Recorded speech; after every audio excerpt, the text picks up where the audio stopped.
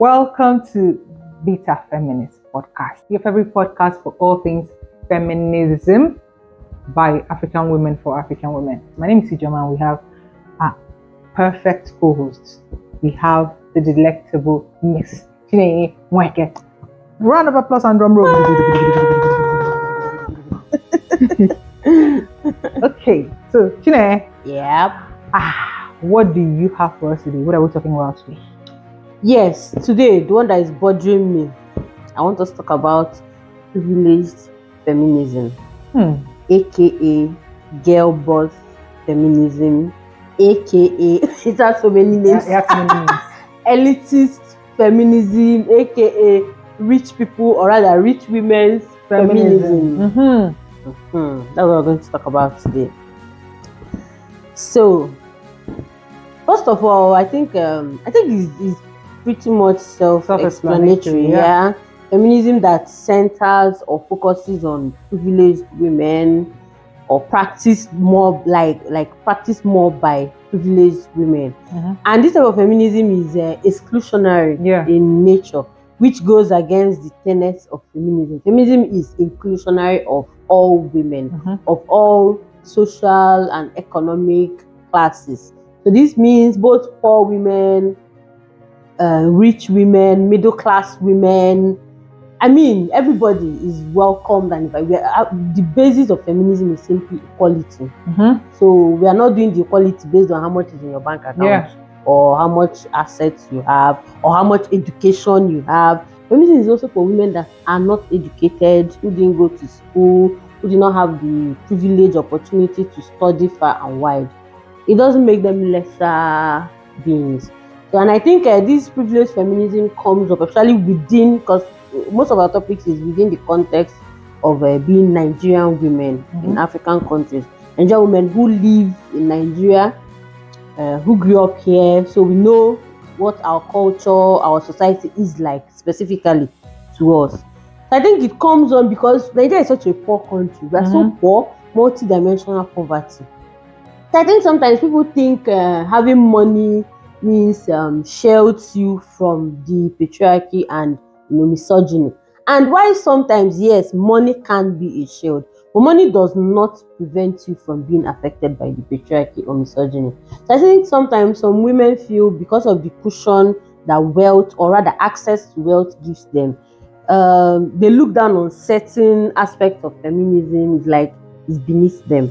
Like I can't even talk about this. Exactly. It's not my reality. I don't like talking about this. This wife not cook issue. I don't like talking about that because it's not my reality. This is, every topic, all the topics that Nigerian women come. If they're not fighting about it today, they're fighting about the other one today. Which one is they cook today? Cook tomorrow? No. That's no. I mean, personally, you can decide not to put your mouth into some of these topics, but to make it like some badge of honor, that because you are placed in a certain place in society, so that means certain struggles of women are beneath you, are invalid, are not necessary for feminism. Sometimes you see women, maybe those who left Nigeria and maybe they've gone abroad and lived abroad for some time, they'll be like, Nigerian women feminism is always cooking.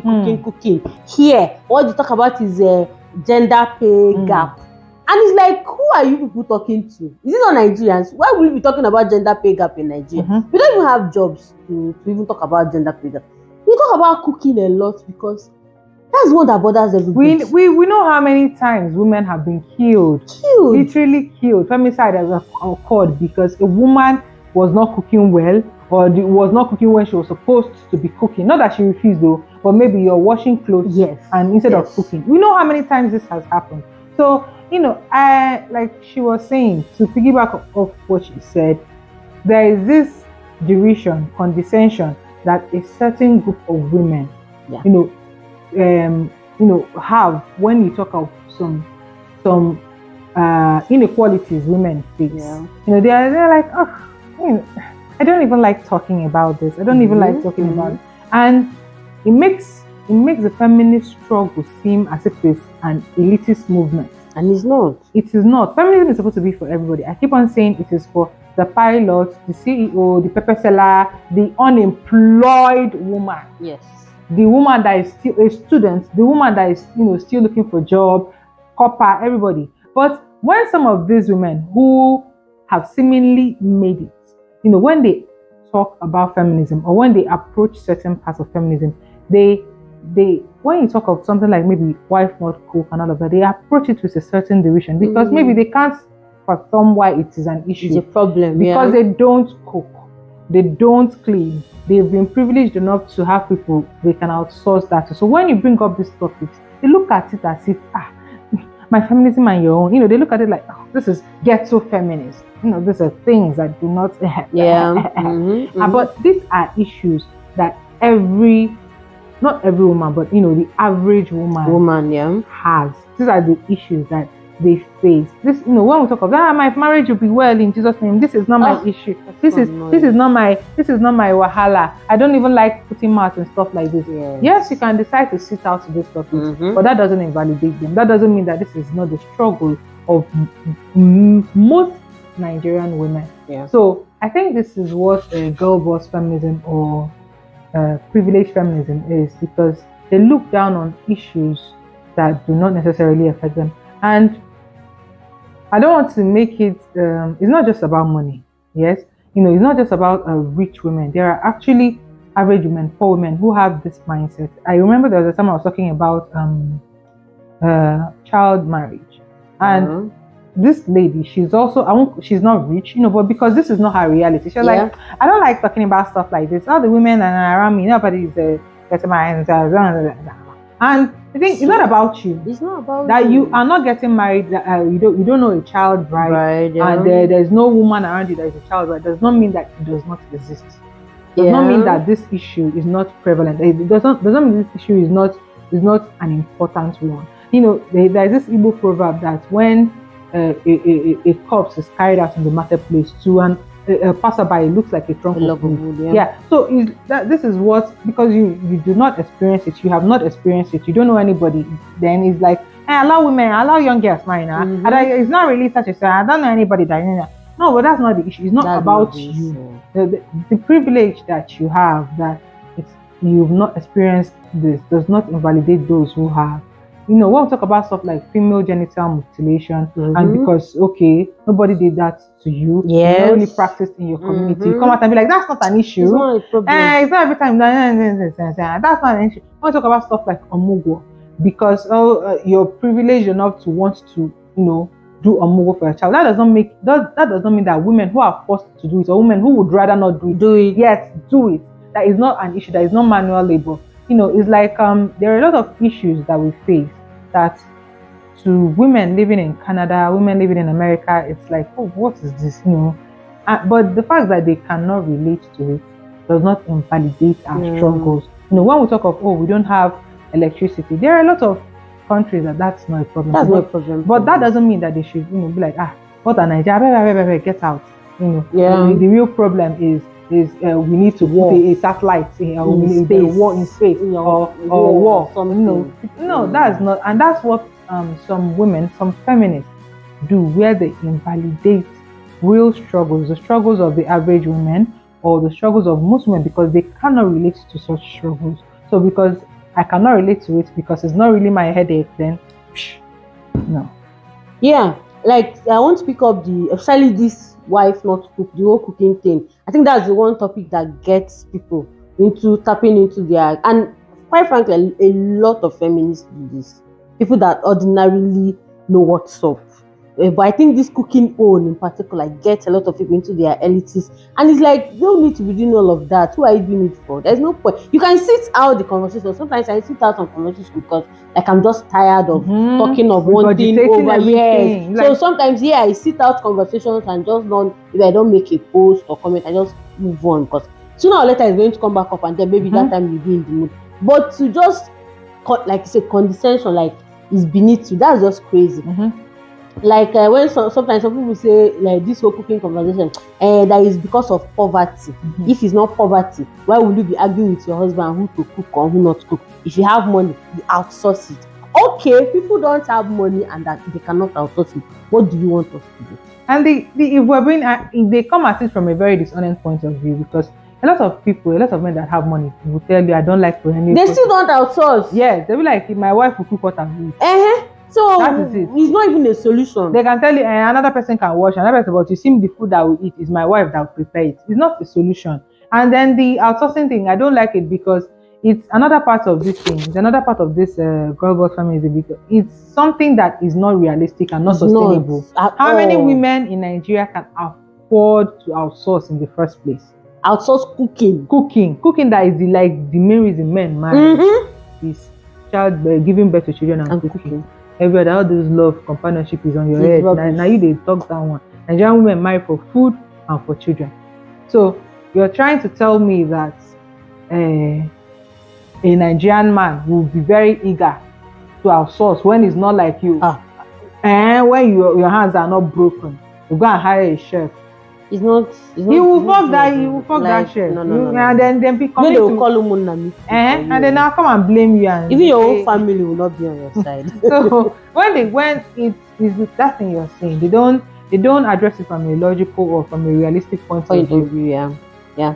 Then the another part is I think I saw this on somebody's Facebook profile just a few days ago. This Pastor Funke Adejumo something. Oh. Then she's a terrible woman. I'm not sorry. I don't watch any. I've stopped watching anything. No, I listened to that because it was about domestic violence, and then she alluded that when you have money or you're working, that if a man now wants to hit you, you remember your input, and then he will not hit you, and that's a lie.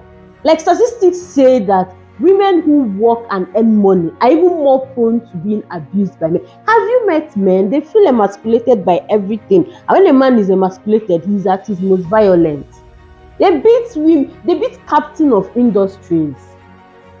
Beat the shit out of them. So it's so disingenuous to say such things. Everything, every time that woman opens her mouth, I intentionally do not watch anything she says because every time she opens her mouth, it's just to vomit some horrible misogynistic tripe. Let's even approach it from that point of view. So let's see, Osinachi, the one that was beaten to death, was she not the breadwinner of her family? Did she not get beaten? The medical doctor, the Benue medical doctor, that was beaten to a pulp, and was she not a doctor? Her legs broken. A medical doctor for that matter, and the husband I think was jobless. Well, if we are trying to be realistic, the more you earn, or if you're employed, you are at a higher risk of being beaten or being abused by a violent man. When women earn more, this is an actual statistic, even though it's not for Nigeria. When women earn more in America, they tend to do more of the housework. They tend to be more at risk of being abused. So it's not a win-win situation for anybody, for any woman in that position. Then there's one when they always say, I think this one was from this lady has a brand, Diary of a Niger Girl. That lady is someone that I think typifies girl boss feminism for me, because she does. People don't know there's a difference between women empowerment and feminism. They are not the same thing.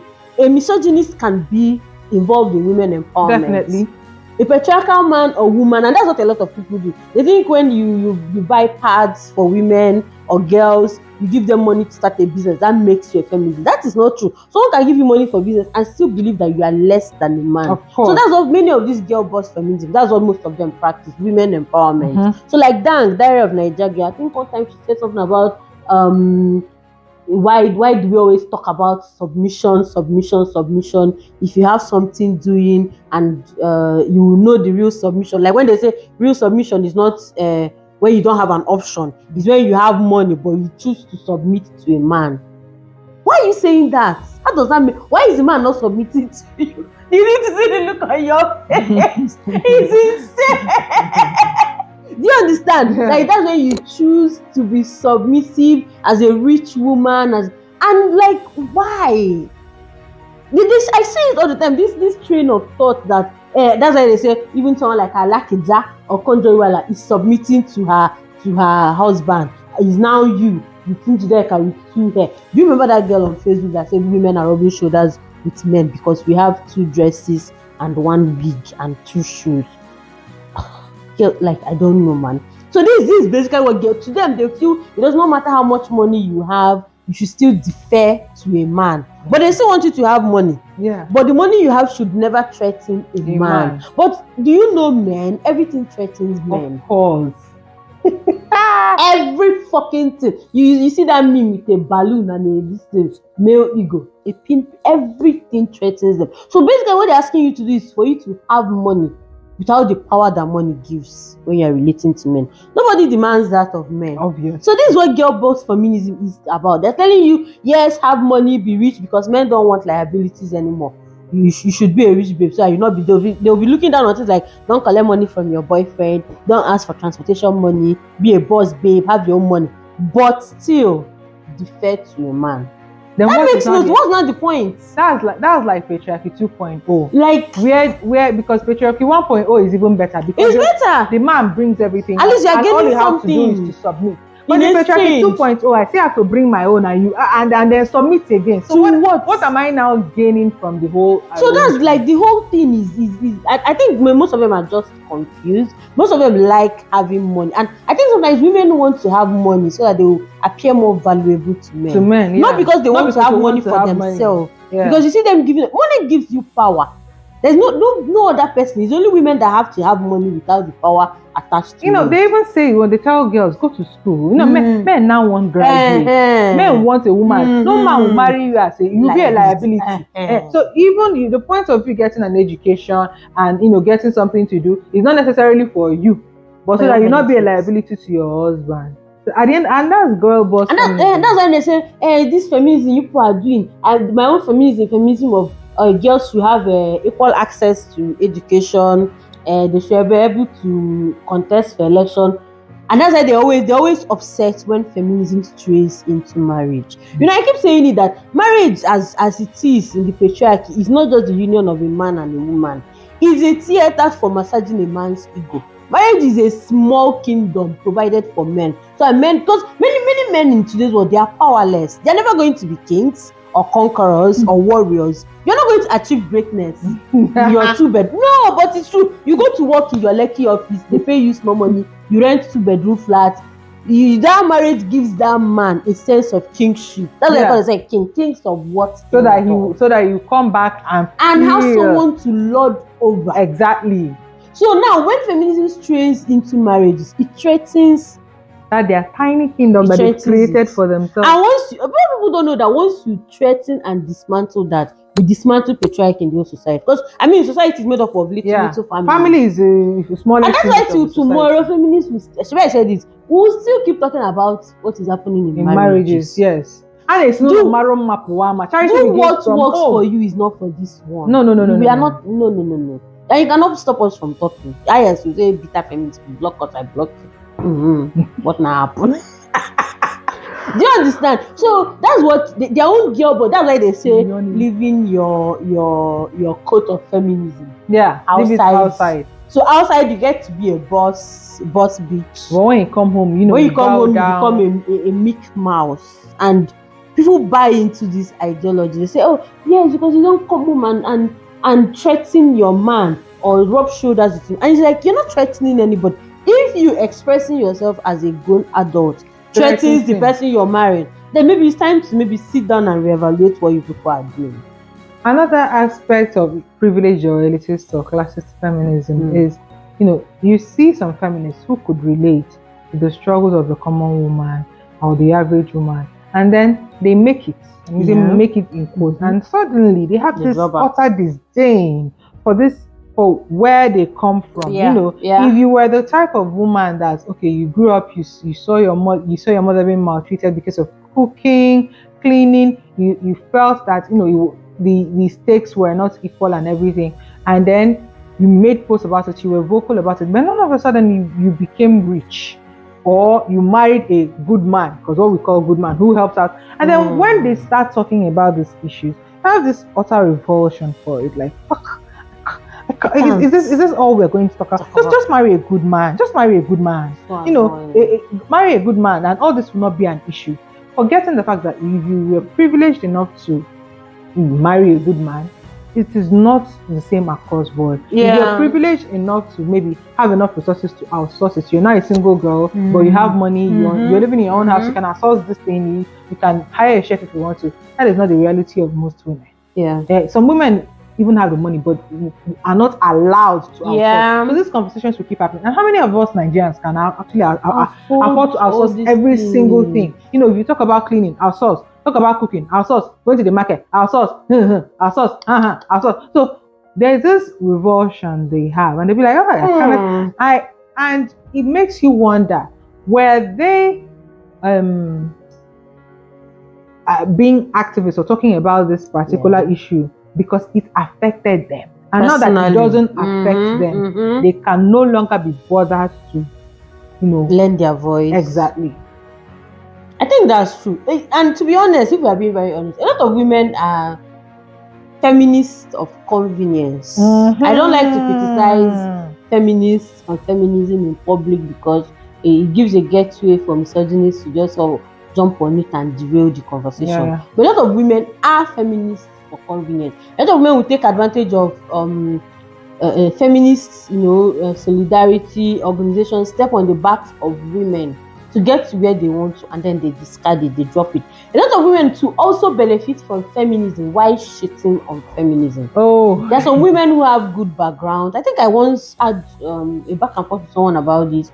You come from a good family, your family is wealthy, well educated, married to a wealthy man too, so like they are comfortable. And sometimes, with education, sometimes it exposes you that you now have maybe access to the few progressive men, not feminist men, but at least they are progressive enough to not be a stumbling block in your own feminism. So maybe you have access, and then you marry one of these people, and then you think like the other women that are complaining are the architects of their own doom. It's insane.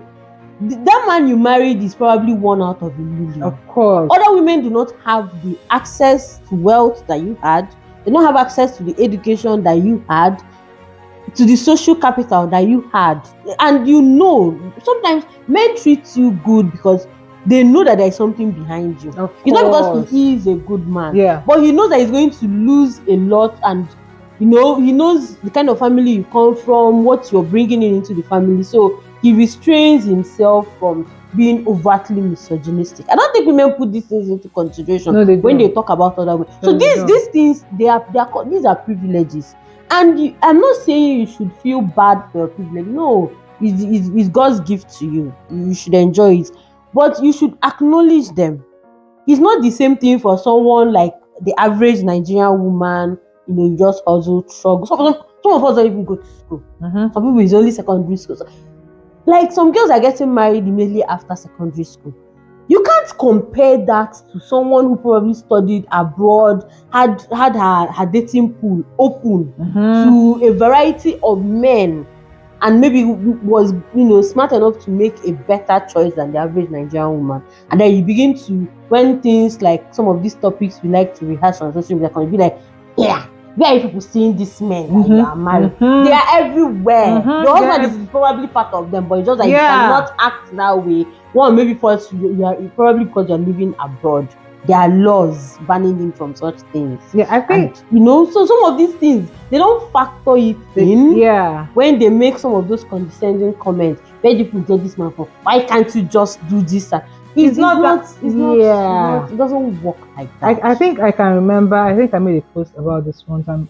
My second boyfriend, then back when I was in the university, he used to beat, I found out like by chance, he used to pummel his ex. I think after that incident, I think we broke up like a week or 2 weeks later, but he used to beat his ex.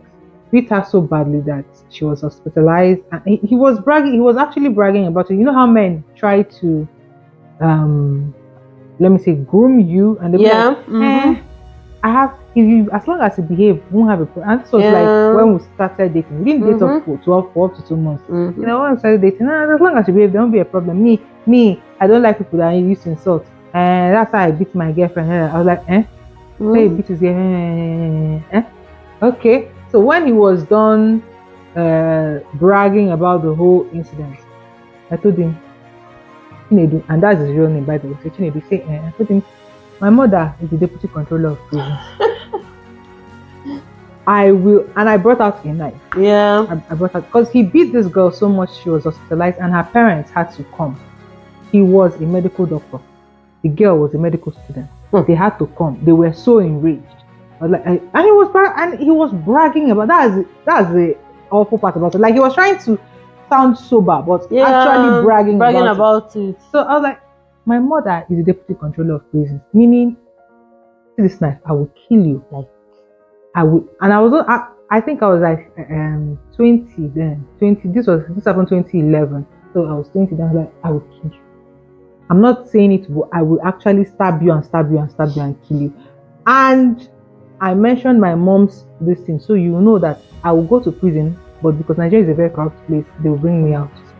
And it is self-defense. And I'll live my life. And I'll continue. Maybe they'll smuggle me out of Nigeria. And then, but you will be dead. You will be dead. And he was, as I could watch, color drain from his face. Until we stopped dating in that our very, very short, brief 2 months. He was so scared. He was so well behaved. He was so, in fact, he was so well behaved that when I found out he was cheating, like I was actually the side chick. The girl he was cheating on. He had a girlfriend, a main girlfriend he was dating for like over a year. And he told her, if you ever tell Ijoma, because she was an acquaintance, like, if you ever tell Ijoma that I'm dating you, I'll beat you and we'll break up. So when I later found out, and I was like, why did you accept that kind of condition? That was how scared and well behaved he was. Now tomorrow, I'm bringing up that story because if tomorrow now, maybe you hear something like that, or maybe a lady says, Chinedu beat me. There are women that will go, no, the Chinedu I dated, he never raised his hands on me. Without bearing in mind that it's your privilege. Yes. Like me, my own privilege was having maybe, let's say, a mother that I could use to brag and scare him. Because the other lady that he beat came from a good home, maybe an average home. But maybe because she didn't say it that way, or maybe because she was the type that would go, it's my fault or something like that. But I threatened this guy that I was going to kill. And maybe I probably meant it. And he knew the way I said it scared him. He was like, please don't say that again. Don't play with knife. Keep knife. That is not something you play with. And somewhere in his mind, he probably believed me. And that was my privilege at play. And this is something women do. That same privilege thing, acknowledging privilege thing, not a lot of women do, because there are going to be, and not a lot of feminists do it. You see when a man rapes a woman, and so, I know this is not the disposition that I know. This is not the no. We do not acknowledge our privilege. And then because of that, we feel that other women are not trying hard enough, or that their issues are not relevant enough, or that their issues are beneath us. I remember when the COSA thing was going up, and then I think Bobrisky and Tonto, they were like, I'm a Tonto stand, by the way, but that thing paid me. Till tomorrow I'll be a Tonto stand. But I was like, my stand is an embarrassing woman. Because why would you come out and say, this COSA person, this pastor, he has never done the one I know. How do you know him? How do you know him? They say you meet him one day. Is it when you meet a rapist, you bring out his police and be like, I'm a rapist, I rape you. This is one thing a lot of feminists do not know. This privileged feminism, where you do not acknowledge your privilege, and because of that, you think other women, there's something wrong with them, or they're not approaching life the right way. I remember when Kim Kardashian made that statement that get off your ass and work. Now nobody wants to work, and I'm like, hello, Kim, Nekwa Kim Kardashian. Nekwa Kimo, Nekwa Nefani. Come on, girl. We do not. If we had half of your access, your privilege, your connections, your network, we will be rich too. It's not. You're talking. That is something. A lot of women do it. A lot of women do it. So this is another example of I see it a lot with professional career women, like especially on Facebook. Sometimes they don't even know that they are doing it. They don't know. Like sometimes, I've forgotten what the thread was about. Something about why men don't want to do chores in their house and all that stuff. You know, those kind of nonsense conversations. People like to know what men think. Why do people want to know what men? They're just wicked people, and they do what they do because there are no consequences. No, seriously, I'm done trying to understand why men do. They are wicked. They just want to do it because they can do it and they can get away with it. So the whole conversation about why don't men pick up more chores in their house, and then this man is a middle-aged man, Abaya misogynist, but all the feminists, older ladies on Facebook, they are his friends. Not those kind of men that like to insinuate themselves in spaces. Came there to say that he doesn't do it because he's not traditional. In fact, besides, he sees all these conversations like poverty. Sorry to say it, but for poor people, is a poverty mentality. He doesn't do it because he pays to outsource it. And the people he had those conversations with, they were listening. They were not opposing his point of view. And that's why I know that you people are doing the same nonsense, because that's not the point. Whether you have money to outsource it, but he's doing it because he thinks it's not his job. It's not his place. It's not his job. Whether he has money or not. No, the conversation is not about money. Whether you have money. Yeah. Okay. If you do not have money now, and you and your wife, who is now going to do it? Obviously his wife. Obviously his wife. So and the way he said it. And you know when they say outsourcing, they forget that part of the labor in outsourcing labor is managing the people you outsource. Of course. Like now your help has come, you've sent, but before you sent her to the market, you had to talk with your sister. What do we need in the house? If it's a man that is paying for it, he's not going to do all of that. He just drops money for the maid. Mm-hmm. You pay the maid maybe how much you pay her at the end of the month. But all those little details, because if you don't do it, how do you make sure that she's doing what you want her to do? At the end of the day, you are paying for nothing. So probably he leaves the management of those domestic staff to his wife. In his mind, definitely. Not probably. But in his mind, he's a good man because he pays for. That is when people say outsource. At the end of the day, even outsourcing the supervision of that laborer or whomever is still on the woman's plate. So I remember in my family house when my mom was alive, my mom complains about any slight something that maybe the help did right. She'd be like, why didn't you supervise? And my mom was a primary breadwinner. So why is she doing everything? So she not only is she in charge of the church, she's also supervising the person. And then paying. And pay. And she's the one that pays. And before I now took up and started paying, and that would be like, she have told you when you send them an errand, you supervise. Why can't you supervise? Why is always the woman that is supervising?